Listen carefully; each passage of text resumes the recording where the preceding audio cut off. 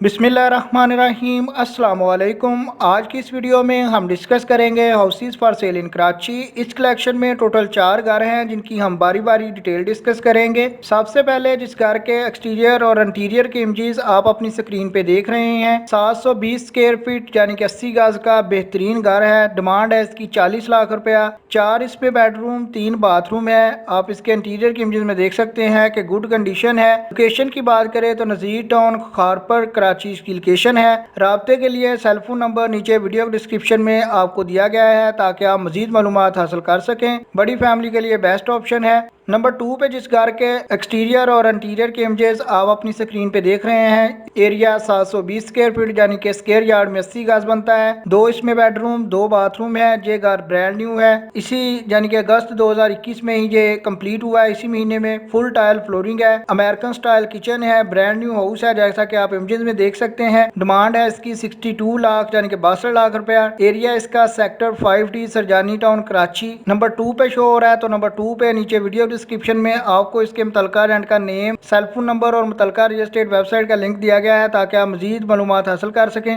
Number 3 पे जिस घर के एक्सटीरियर और इंटीरियर की इमेजेस आप अपनी स्क्रीन पे देख रहे हैं, 84 गज का घर है जिसमें डबल स्टोरी घर है। जे 4 बेडरूम 5 बाथरूम के अलावा एक ड्राइंग रूम, एक बिग स्टोर है। पार्किंग स्पेस मौजूद है, एक कार के लिए और 3 बाइक्स के लिए।